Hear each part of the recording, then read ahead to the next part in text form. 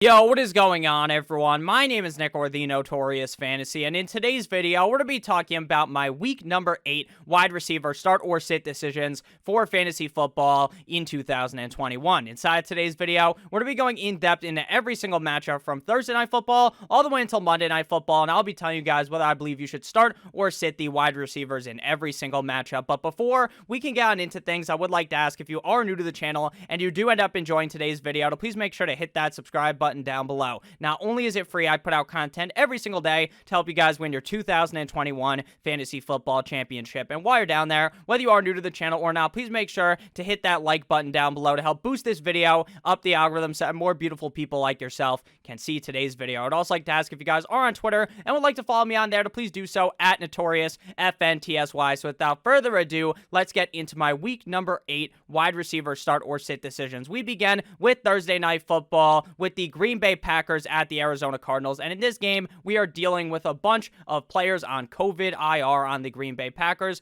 More specifically, we are dealing with, and most importantly, we are dealing with Davante Adams on the COVID IR. And then everyone earlier today started clamoring for Allen Lazard, and I was a part of that. I talked about him in my waiver wire ads video from earlier today. But now, Allen Lazard is also on the COVID IR, so it appears right now that the best wide receiver to be playing right now for the Green Bay Packers will be MVS, Marquez Valdes-Scantling, wide receiver of the Green Bay Packers. Now to me, I believe in MVS the most, but it really is up in the air which wide receiver will be locked on by Aaron Rodgers in this game. I wouldn't be surprised at all if it's Randall Cobb or Amari Rodgers or any other ancillary wide receiver in this Green Bay Packers offense. My best bet, my best guess, though, is that Marquez Valdes-Scantling has an all-right game here up against the Arizona Cardinals. He's not a wide receiver that gets moved up into the top 10, the top 5, just because Davante Adams ends up getting hurt, and he is going to be seeing that role because I'm not 100% certain that Aaron Rodgers is just going to lock into him. I think he's going to be spreading the ball around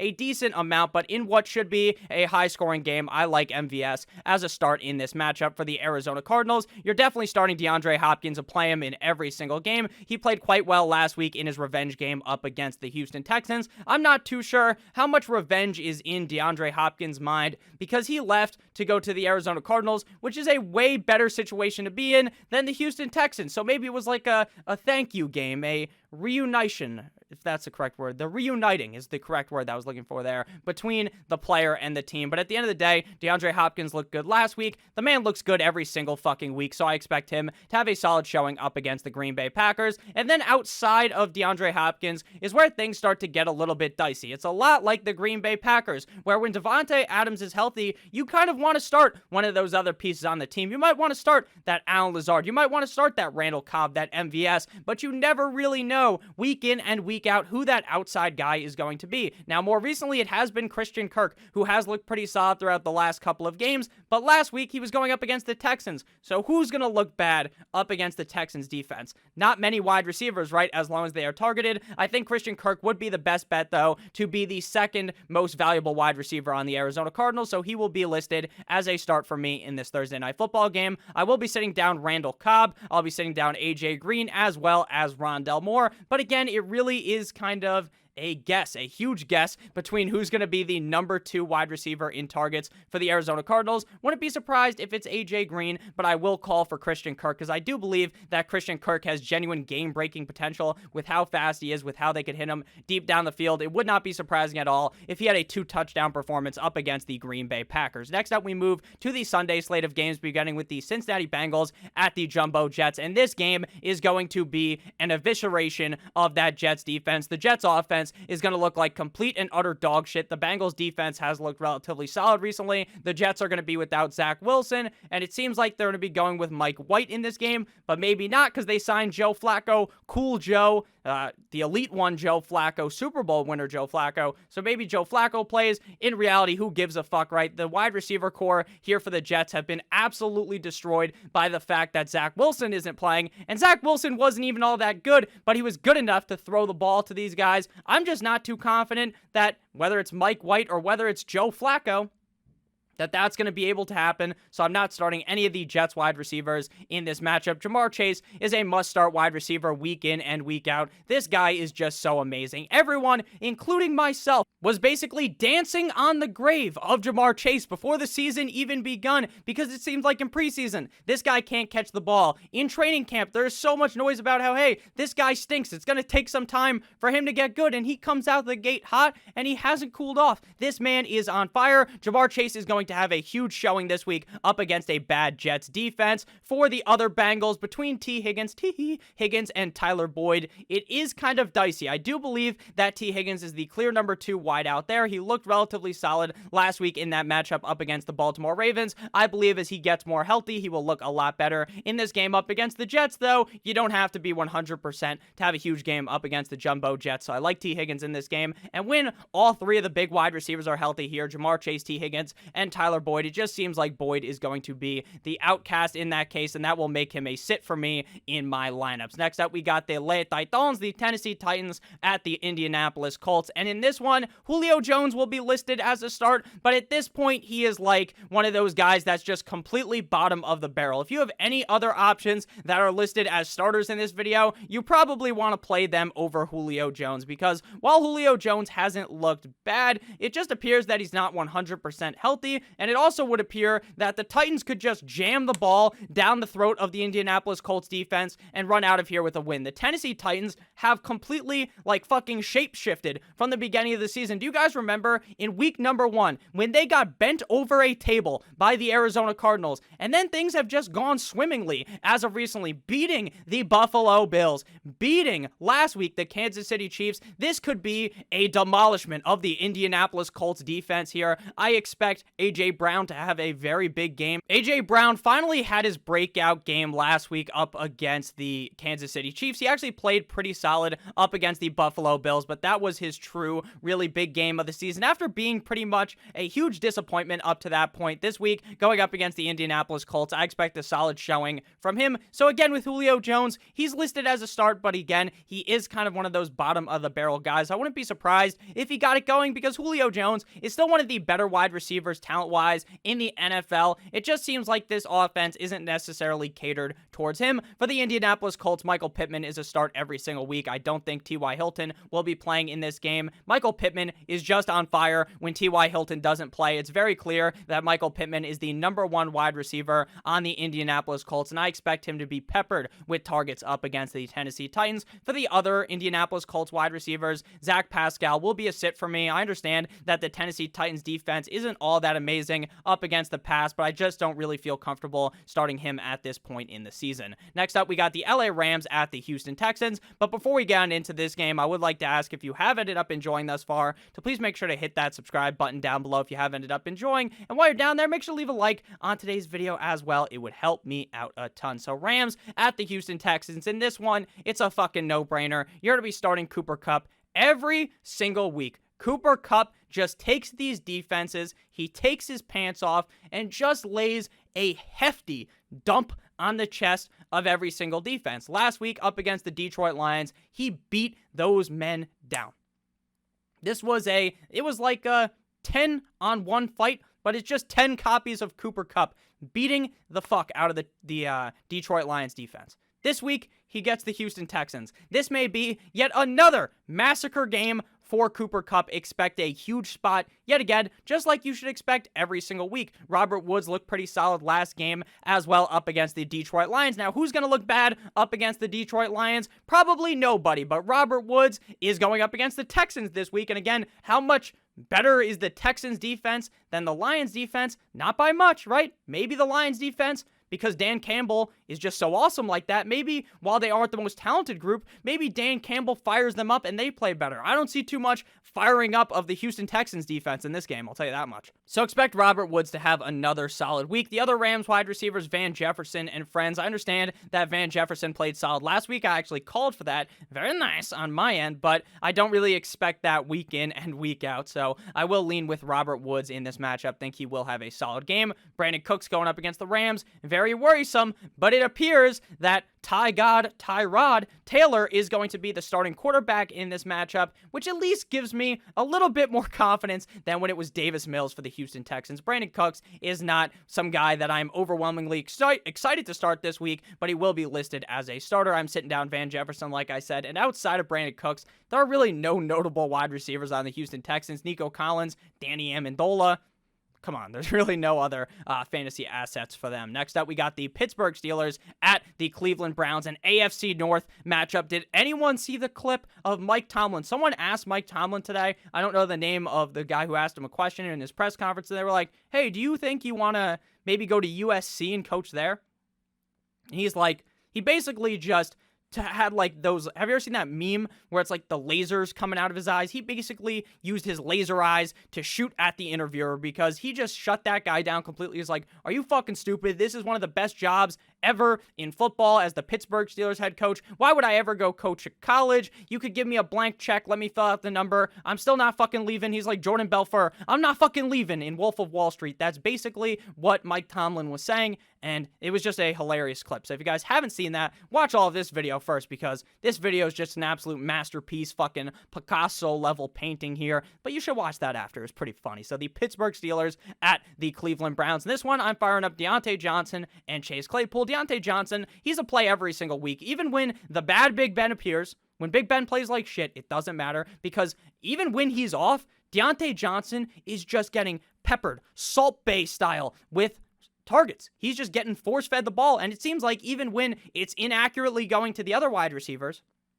when Big Ben's playing bad, it just magically all hits with Deontay Johnson. So I expect Deontay Johnson to have a solid showing up against the Cleveland Browns. For Chase Edmonds, he's also a solid start without Juju Smith-Schuster. It's very clearly a funnel system with Deontay Johnson, Chase Claypool, and Najee Harris, so I expect Chase Claypool to have a solid game. Jarvis Landry, if he does end up playing, he seems like the focal point of this offense with Case Keenum as the starting quarterback of the Cleveland Browns. There is talks of Baker Mayfield coming back, and if that is the case, I don't think I want anything to do with Jarvis Landry, because I'm not sure Baker is even 100% healthy. I just think he might be coming back out there because he's like, fuck, man, I need to get paid. I need that bag after this season, so let me go out there. And I think that may end up hurting him. So Jarvis, he was getting targeted heavily. I just kind of worry how things change going from Case Keenum to Mr. Baker Mayfield. I'm sitting down Odell Beckham Jr. I do not understand at all how any person that has any fucking self-respect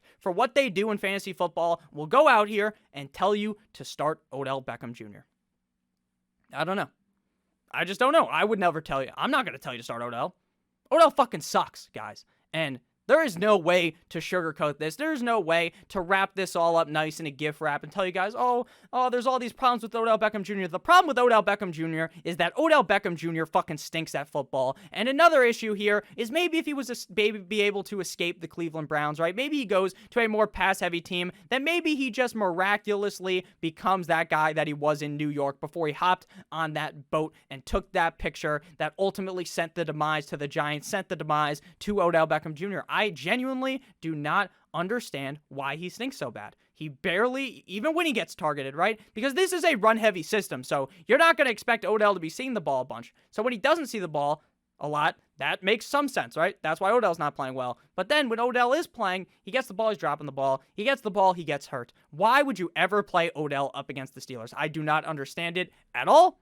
Try to talk me into it, but I probably won't listen, because there's nothing you can tell me about Odell that will make me want to start him in this game up against the Pittsburgh Steelers, unless, of course, they just transported him back to 2014 or 15, whenever Odell was in his prime at the beginning of his career. Then I'm starting him, but that's not possible, at least based upon what I know. So next game here, we got the Philadelphia Eagles at the Detroit Lions. In this game, I'm firing up Devontae Smith, quarterback, wide receiver, I mean to say, of the Philadelphia Eagles. Jalen Hurts is basically a complete wash at the beginning of every single game. This guy fucking sucks. And then about halfway into the game, he starts to get his groove. He starts to run the ball. And magically, he just chalks away at having a solid fantasy day. Devontae Smith is very hit or miss, because Jalen Hurts isn't playing all that well. But going up against the Lions, I would find it very hard to to sit Devontae Smith, considering the guy is immensely talented. It's really all about how many times he gets targeted game in and game out. Jalen Reagor, Quez Watkins, I'm not starting either of those guys, even if this is a very nice matchup up against the Detroit Lions. For the Lions, we got Khalif Raymond, Amon-Ra St. Brown. This offense is basically just funnel the ball to DeAndre Swift and hope that works. That's basically the system there in Detroit. And this just in, DeAndre Swift isn't a wide receiver, so I'm not starting any of the wide receivers for the Detroit Lions. Next up, we got the San Francisco 49ers at the Bears. In this game, I'm starting Deebo Samuel, and you guessed that. That should come to very little surprise at all, because Deebo Samuel is just on a killing spree in the NFL. This dude is dropping so many points week in and week out. He's killing so many DBs that this motherfucker has to be close to getting a tactical nuke like he's playing Modern Warfare 2. Deebo Samuel here up against the Bears. He may be the number one wide receiver. Jimmy Garoppolo, Trey Lance, any quarterback that's going to be the quarterback of the 49ers, it doesn't matter at all. Doesn't matter.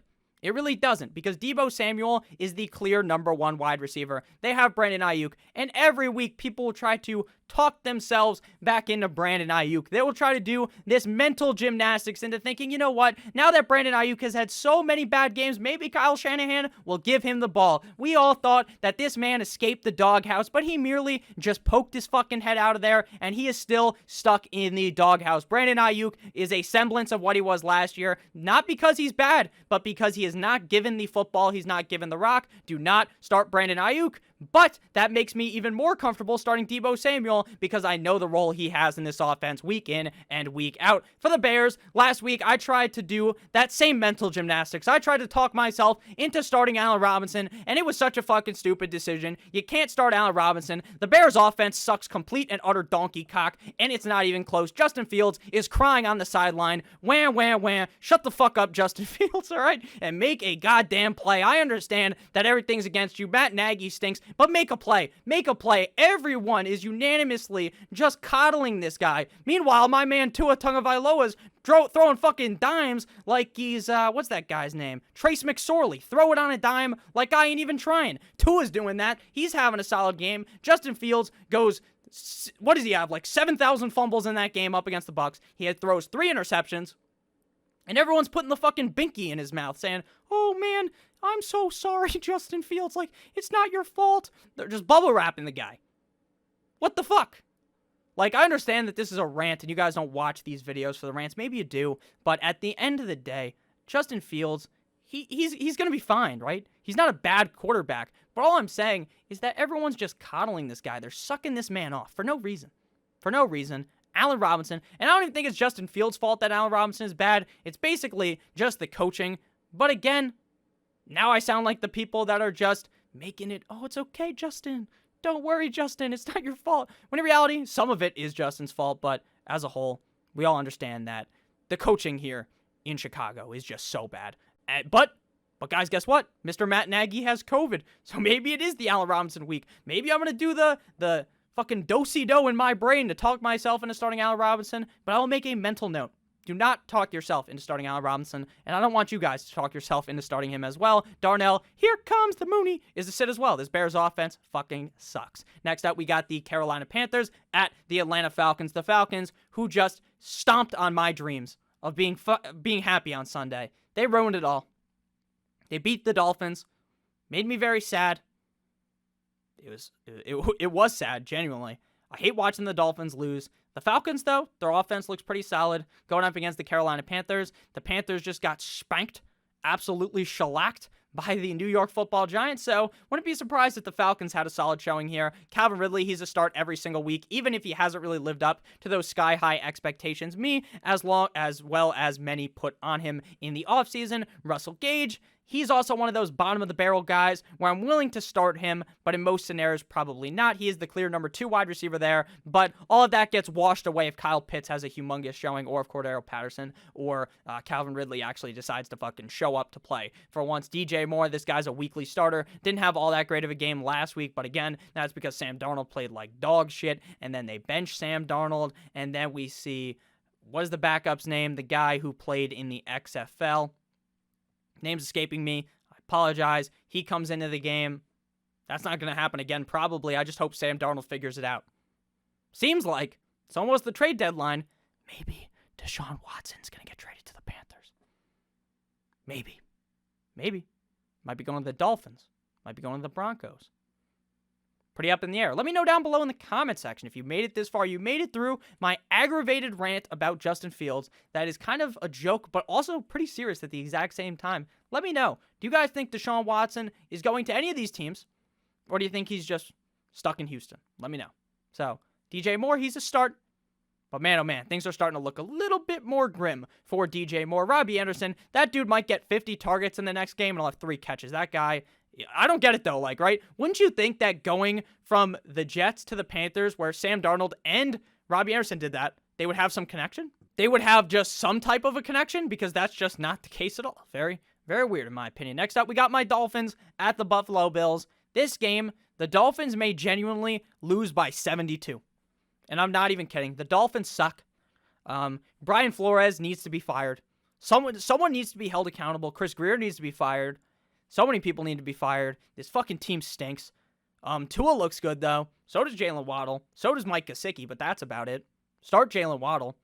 I don't think Devontae Parker's going to play. Will Fuller's probably not going to play. Everyone's hurt. Jalen Waddle will at least be getting the targets, so start Jalen Waddle. For the Bills, you're going to start Emmanuel Sanders as well as Stephon Diggs. Wouldn't be surprised if Stephon Diggs just skull-fuck the Dolphins. I'm talking about best wide receiver on the week type of deal. Emmanuel Sanders is the number 2 there. Cole Beasley, if you're in a deep league, I'm willing to start. Finally had a good showing, not last week because they were on a bye, but the week before that he had a solid showing. So I wouldn't be surprised if he showed up and played well again here. But I am a lot more dependent on Emmanuel Sanders and Stephon Diggs in this matchup up against my Fins. For the Dolphins, what are you going to do? Start Matt Collins? Like Devontae Parker, I doubt he plays. Will Fuller's not going to play. This team stinks. And there's no bias on this. Like, I'm a huge fan of the Dolphins. I watch every game. I'm going to watch this game and somehow talk myself into believing that we are going to beat the Buffalo Bills. And it's not even going to be close. This is not even going to be a contest. They should not even air this on TV. This should be rated R, because this is going to be a fucking murder by the Buffalo Bills. Not the first time someone from the Buffalo Bills committed a murder, if you know what I am saying. Will the Bills ride off in a Bronco after this murder of the Dolphins? You never know. Emmanuel Sanders, Stephon Diggs, you start him. Jalen Waddle, plug your nose, and you're going to start him and they are going to give him targets. So plug that nose and do it, because Jalen Waddle is actually really good. That's the one bright spot of the Miami Dolphins. Same thing with Tua. So next up, we got the Patriots at the LA Chargers. You're starting up the Chargers. You're sitting down the Patriots. Jacoby Myers, this guy just can't score a touchdown. Can't score a touchdown. Can't. Just can't. He's been in the league for, 2-3 years? Can't score a touchdown. It seems like it's like a fucking hex has been put on this guy. Like, maybe when he gets near the end zone, he's just shitting bricks, right? He's like, oh, man, like, I might finally score a touchdown. The ball goes through his hands. He finally scores a touchdown. The ref threw a flag in the Dallas game. Illegal touchdown. No, Dikembe, no. No fucking touchdown for you, Mr. Jacoby Myers. So, yeah, I like Jacoby Myers, but up against the Chargers, no. Nelson Aguilar, he scored last week. That's a no. Keenan Allen, Mike Williams, that's a yes. I like Mike Williams a lot. Keenan Allen hasn't been amazing, but he's also still good enough to play good up against the Patriots. But Nick, the Patriots defense just locked up the Jets. Doesn't that mean the Chargers are going to struggle up against the Patriots defense? No, not at all. Not even in the slightest. The Chargers by 50. Mike Williams and Keenan Allen are going to play. Chef's kiss, magnifique, amazing. I love them in this game. Next up, we got the Jacksonville Jaguars at the Seattle Seahawks. In this one, I like Marvin Jones for the Jaguars. Laviska Shenault, like, this is a matchup where you want to start Laviska because Seattle's defense is bad, but then you really think about it and you're like, well, how much do they use Laviska? Like, is this going to be where they crack the code, they use him correctly, or is this going to be another one of those where it's like you want to start him, you're like, oh shit, this is a good matchup, and then he doesn't do anything. That's kind of what I'm thinking, my thought process on this. Marvin Jones, he's a start because he's the number 1 wide receiver on the team. DK Metcalf, he is a start because at least he's getting the ball. At least Geno's throwing him the ball. Geno basically loves Freddie Swain, hates Tyler Lockett. They both look kind of similar when they're on the field. I think, what are their numbers? I think one is 18, one is 16. So it looks very similar when you're watching the guy run across the field, and you're like, oh, wow, Lockett caught the ball. Psych. It's Freddie Swain season, so don't be starting Tyler Lockett. Don't be doing it. Don't talk yourself into it. But he's playing against the Jaguars. Oh, man, the Jaguars defense is so shit. He's going to have a big game. Oh, you thought wrong. Don't do that. Don't do that. Please don't talk yourself into starting Tyler Lockett. Next up, we move to the Washington football team at the Denver Broncos. In this one, I like Terry McLaurin. McLaurin had a solid showing in last week's game up against the Green Bay Packers, even if the team didn't play all that well. So I like Terry McLaurin in this matchup up against the Broncos D that got a little bit torched up by Mr. Case Keenum. They really got pounded in by Dearness Johnson. So Terry McLaurin, he's a solid play in this matchup up against the Broncos. The Broncos, I think Jerry Jeudy's going to return, I think. So that throws kind of Tim Patrick out the window. Does it throw Jerry Jeudy into the picture? Maybe, but I don't want to commit just yet coming off the injury. So sit down, Jerry Jeudy. We're going to play Courtland Sutton because I still believe he's going to maintain that wide receiver number 1 status in Denver, which should be really solid up against a awful Washington football team pass defense. The other Washington football team receivers, don't want anything to do with them. Adam Humphries, the rest of them, don't start them. And again, with Tim Patrick, I actually like him when Jerry Jeudy isn't there. But when Jerry Jeudy is there, which it appears he's going to play, at least in some fashion, then I don't want anything to do with him or Jerry Jeudy in the showing. I think next week, though, or the next game for the Washington football team, I'll be much more confident in Jerry Jeudy, depending how he plays in this matchup. Next up, we got the Tampa Bay Buccaneers at the New Orleans Saints. I understand a lot of people will be like, Nick, you fucking idiot. Don't play Marquez Callaway. He played bad last week. Well, he did play bad, but that was a really low-scoring game in the rain on Monday Night Football, so I expect him to kind of bounce back here up against a bad Bucs defense. Mike Evans has that big game. It appears Antonio Brown is coming back, so you're going to start all 3 of them. Which 2 will be the magic answer to the ones who actually play well? That's up in the air. That's something that every week is so confusing. That's the worst part of the Buccaneers, is that they have so many good wide receivers that you never know which 2 are going to be the leaders and which one's going to be cucked in the corner watching the other 2 wide receivers have a fun time. So that's kind of my lean on that. You have to start them all, though, because they all have 30-plus point upside, even in this matchup up against the New Orleans Saints. Next game here, we got the Dallas Cowboys at the Minnesota Vikings. In this one, I like CeeDee Lamb as well as Amari Cooper. I think they are both start-worthy every single week. You just know how good this Dallas Cowboys offense is. Sure, there are going to be games where Dalton Schultz scores a touchdown or 2. Sure, there's going to be games where now Michael Gallup's back. Maybe he steals a touchdown in this game. Sure, there's going to be games where Zeke and Tony Pollard just pound the defense out, and neither of them end up having a good game, but a majority of the time, they are very involved in this offense. They are the 2 key pieces of this offense. With the Dallas Cowboys, Dak Prescott has looked very good, so I expect both of them to have pretty solid showings. Adam Thielen was a big disappointment for a couple of weeks, but he showed up big in their last matchup. Adam Thielen will be a start this week. The Cowboys defense is no longer just this breeze in the wind, right? They're just pushovers. That's what they used to be. They're not anymore, but I still think Adam Thielen and Justin Jefferson should have solid showings here because you like that. Kirk Cousins has looked pretty solid, so I expect this game to be a pretty close, pretty high-scoring affair. Michael Gallup, he's back, so I'm willing to add him off the waiver wire, but is he a startable player in a majority of leagues? Probably not, right? Especially returning from the injury. Next game here, we got the New York Football Giants at the Kansas City Chiefs on what I believe is Monday Night Football. So for the Giants, you're going to start Darius Slayton because he's the only receiver that's healthy, so you start him. The Chiefs' defense is bad, so you play him. Tyreek Hill, you play him. You hope he has a better game. You hope that Patrick Mahomes doesn't play bad. Now, Patrick Mahomes is not a bad quarterback. Everyone knows he's still really good. It's just the team isn't very good. So that's kind of how I feel about this. I do expect the Chiefs to win, though. Tyreek Hill could have a very solid showing in this game. Any game, this guy has game-breaking potential. Dante Pettis, he's the number 2 guy there with all of these injuries. Wouldn't really want to trust him, but he scored a touchdown last week. I know. I don't think that happens again, if I'm being honest with you. Mecole Hardman, with how bad the Chiefs look, I don't think you really want to be trusting anyone outside of Hill, outside of Mr. Travis Kelce. It's not National Tight End Day. Even Travis Kelce, I think, was the only tight end that played bad on National Tight End Day.